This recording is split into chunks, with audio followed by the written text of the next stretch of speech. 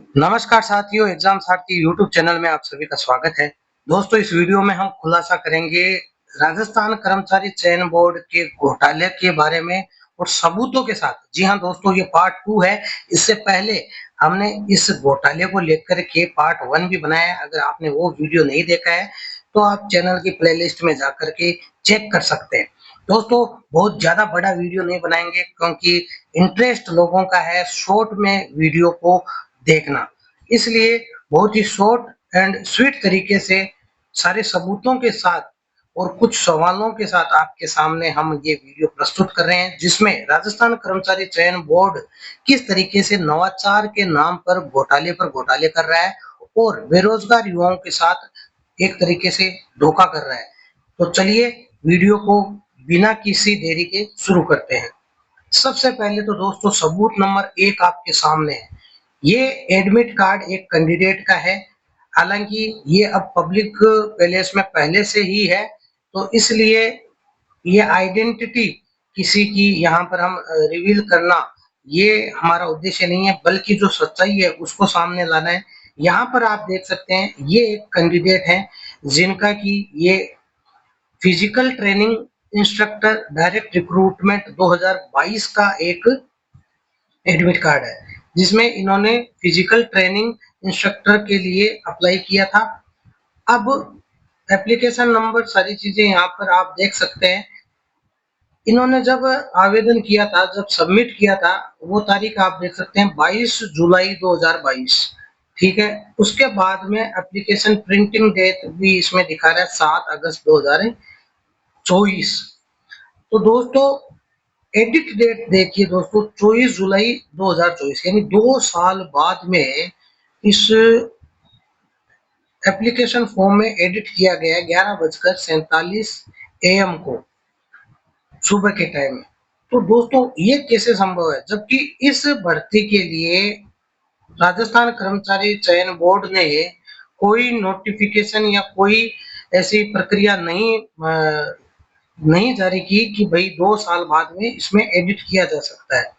अगर ऐसी कोई प्रक्रिया हुई है तो उसका सबूत बोर्ड को देना चाहिए कि क्या आपने इस भर्ती में जो 2022 की physical training instructor direct recruitment 2022 की भर्ती है, इसमें 2 साल बाद में एडिट करने का ऑप्शन दिया था क्या? ये 2 साल बाद में एप्लीकेशन फॉर्म एडिट कैसे हुआ?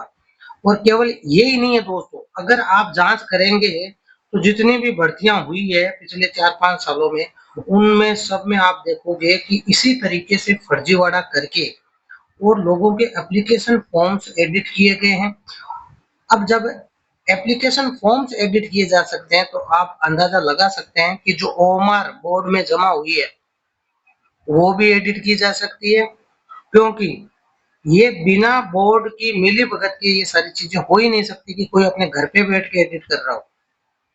तो दोस्तों इसकी जांच होनी चाहिए, इसके बारे में स्पष्टीकरण बोर्ड को देना चाहिए कि ये 2 साल बाद एप्लीकेशन फॉर्म किस तरीके से एडिट हुआ, जबकि अभी जो फॉर्म भरे गए हैं 4th ग्रेड के या फिर वीडियो के भरे गए थे, तब लास्ट डेट भी आगे बढ़ाने को लेकर के काफी जद्दोजहद करनी पड़ती है और उसमें सुधार का मौका भी नहीं दिया जाता है। एक आखिरी मौका दिया जाता है जब फॉर्म फिलअप कर देते हैं, लेकिन 2 साल बाद में कैसे फॉर्म एडिट हो सकता है, ये सोचने वाली बात है दोस्तों। और ऐसा केवल इस भर्ती में नहीं हुआ है, जो पिछली पटवारी वीडियो आपके रीट एग्जाम का जो मेन एग्जाम था, इसके अलावा दोस्तों ये जो अभी हाल फिलहाल में पशु परिसर का एग्जाम हुआ है, कंप्यूटर अनुदेशक, ये सॉरी कंप्यूटर अनुदेशक के अलावा ये जो इंफॉर्मेटिक असिस्टेंट सूचना सहायक का जो एग्जाम हुआ है, तो इन सभी भर्तियों में ये घोटाले होने की संभावना है दोस्तों, क्योंकि उनकी जो कट ऑफ है वो भी संदेहास्पद है।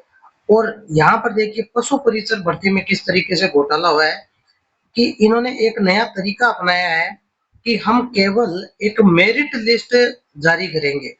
मेरिट लिस्ट के अलावा ना तो ये फाइनल आंसर की जारी करते हैं, वो भी जब कैंडिडेट्स दबाव बनाते हैं तब जाकर के ये फाइनल आंसर की जारी करते हैं।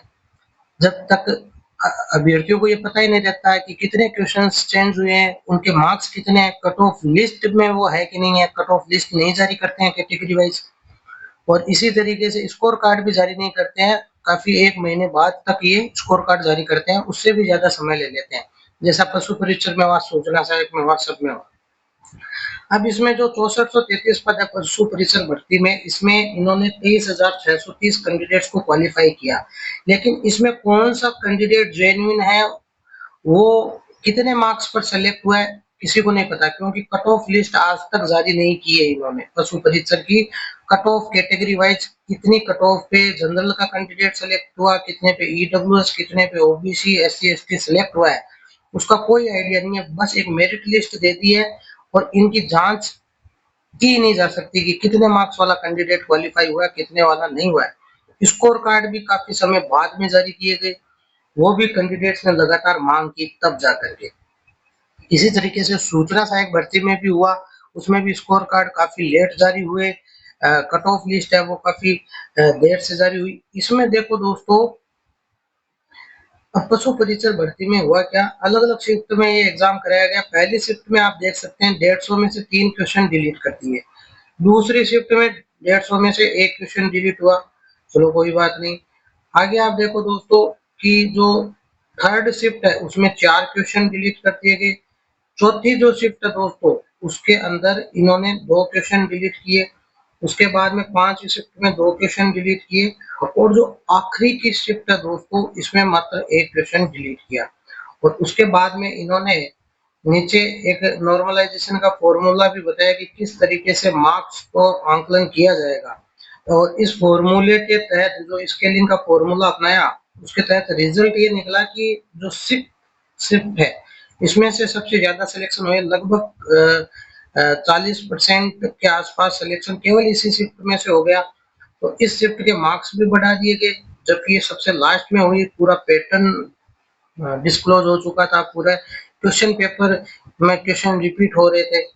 तो फिफ्थ शिफ्ट है, इसके मार्क्स थोड़े इंक्रीज हुए हैं। फोर्थ शिफ्ट के मार्क्स इन्होंने डिक्रीज कर दिए हैं। इसी तरीके से फर्स्ट शिफ्ट और सेकंड शिफ्ट में, थर्ड शिफ्ट में भी कुछ इस तरीके से हुआ है। तो टोटल कुल मिलाकर के जो लास्ट वाली शिफ्ट है, इसको सबसे ज्यादा बेनिफिट दिया गया है। तो यहाँ पर एक सवाल ये उठता है कि क्या लास्ट वाली शिफ्ट में कैंडिडेट्स फिक्स थे, क्या सिक्स शिफ्ट जो थी वो फिक्स थी? क्योंकि पशु परीक्षण भर्ती में महा घोटाला हुआ है, इसमें कुछ सवाल निकल करके सामने आते हैं कि मेरिट लिस्ट तो इन्होंने जारी कर दी, लेकिन कट ऑफ लिस्ट जारी क्यों नहीं की। इसमें ये नहीं पता चल रहा कि कितने कट ऑफ रही है कैटेगरी वाइज, कितने मार्क्स वाला कैंडिडेट क्वालिफाई हुआ है। केवल एक मेरिट लिस्ट बना दी, उसको देखकर कोई आइडिया नहीं लगा सकता कि कितने मार्क्स वाला कैंडिडेट क्वालिफाई हुआ है। अब स्कोर कार्ड इतने लेट जारी करने का रीजन क्या है, वो भी कैंडिडेट्स ने लगातार मांग की। उसके बाद क्या कुछ इसकी आड़ में छुपाया जा रहा था, क्या नए स्कोर कार्ड तैयार किए जा रहे थे, क्या कुछ बैकडोर से एडिटिंग की जा रही थी ओएमआर में, स्कोर कार्ड में? कट ऑफ लिस्ट क्यों नहीं जारी की जा रही है? इसके बाद में नॉर्मलाइजेशन के नाम पर सीटें बेची गई है क्या? कई शिफ्टों में मार्क्स घटाए हैं, कुछ के बढ़ाए हैं क्या? जो अयोग्य कैंडिडेट थे उनको सेलेक्ट करने के लिए मार्क्स बढ़ाए गए, और जो योग्य कैंडिडेट है उनको बाहर करने के लिए उनके मार्क्स घटाए गए क्या? नॉर्मलाइजेशन का जो फॉर्मूला इन्होंने बदलने का निर्णय लिया है, कहीं इसी घोटाले को छुपाने के लिए तो इन्होंने नॉर्मलाइजेशन का ये फॉर्मूला अब छुपाने अब नया फॉर्मूला लागू करने का निर्णय तो नहीं लिया है। इसके बाद दोस्तों, छठी शिफ्ट जो है पशु परीक्षण भर्ती की, ये क्या फिक्स थी क्या? इसमें जो कैंडिडेट थे वो फिक्स थे क्या कि हमें इसमें से ही ज्यादा से ज्यादा कैंडिडेट्स को सेलेक्ट करना है, या इस शिफ्ट को जानबूझकर फिक्स किया गया, जिन कैंडिडेट से पैसा मिला था उनको इस शिफ्ट में डाला गया? उसकी क्या प्रक्रिया रही?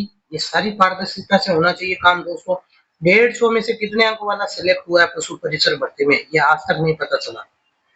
बहुत सारे ऐसे कैंडिडेट हैं जिनके 135 मार्क्स थे, लेकिन कम करके 117 118 कर दिए गए। बहुत सारे ऐसे कैंडिडेट हैं जिनके मार्क्स 100 के आसपास थे, उनके 130 के आसपास कर दिए गए।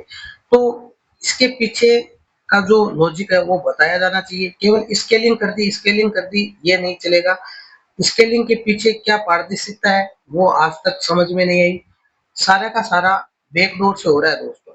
जैसा कि पहले आरोप लगते थे कि ये बैकडोर से ओएमआर स्कैम करते हैं, ओएमआर घोटाला करते हैं और बैकडोर से ओएमआर को जो है एडिट कर देते हैं। फिफ्थ ऑप्शन आने के बाद भी ये डुप्लीकेट ओएमआर का इस्तेमाल करके ये सब कर रहे हैं। स्कोर कार्ड लेट इसलिए जारी किया जा रहा है क्योंकि उसकी आड़ में एडिटिंग का पूरा प्रोसेस चलता है ताकि किसी को शक ना हो और जिन कैंडिडेट्स को इन्हें सेलेक्ट करना है उनका स्कोर कार्ड अच्छे से तैयार कर सके। इसके बाद में मेरिट लिस्ट के नाम पर ये कट ऑफ लिस्ट को छुपा रहे हैं।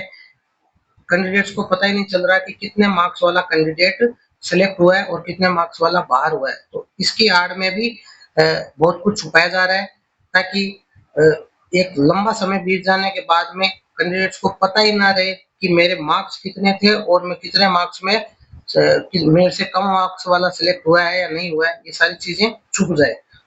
इसी तरीके से दोस्तों जो एप्लीकेशन फॉर्म है वो 2-2 साल बाद में एडिट हो पा रहे हैं।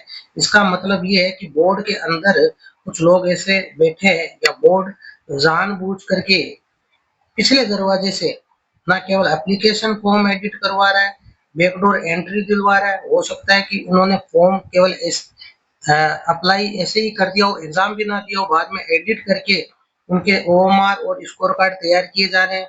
पेपर लीक के बहुत सारे मामले पहले आ चुके हैं, लेकिन अब क्या नए तरीके से पेपर लीक किया जा रहा है। पेपर लीक के बिना ही कैंडिडेट्स को पैसा लेकर के सीट बेची जा रही है, केवल ओएमआर भर के और स्कोर कार्ड जो है वो छुपा करके, मेरिट लिस्ट दिखा करके, कट ऑफ लिस्ट को छुपा करके ये सारी चीजें हो रही है। ये सारे सवाल बोर्ड से बनते हैं दोस्तों। इस भर्ती प्रक्रिया जो बोर्ड की चल रही है इसमें पारदर्शिता आनी चाहिए और वो तभी आ सकती है जब इसकी निष्पक्ष जांच हो। अब वो निष्पक्ष जांच सुप्रीम कोर्ट या किसी भी हाई कोर्ट के निर्देशन में हो, कैसे होनी चाहिए वो आगे तय करना होगा सरकार को। बाकी यहाँ पर सारी चीजें ये संदेहास्पद नजर आ रही है। दोस्तों हमारी कोशिश जारी है, अगर आपके पास भी ऐसे कोई प्रूफ हो, जैसे कि कोई एप्लीकेशन फॉर्म, कोई स्कोर कार्ड किसी कैंडिडेट का या कोई भी घोटाले से संबंधित कोई भी सबूत हो तो आप हम तक जरूर पहुंचाएं। आप कमेंट बॉक्स में जरूर बताएं, उसके आधार पर हम आपको जो है कांटेक्ट करेंगे और आपकी बात को रखेंगे, दुनिया के सामने लेके आएंगे कि किस तरीके से सारे घोटाले चल रहे हैं। तो दोस्तों वीडियो पसंद आया तो इसे लाइक शेयर जरूर करें सभी के साथ और चैनल को सब्सक्राइब कर लें आगे आने वाले अपडेट के लिए। धन्यवाद।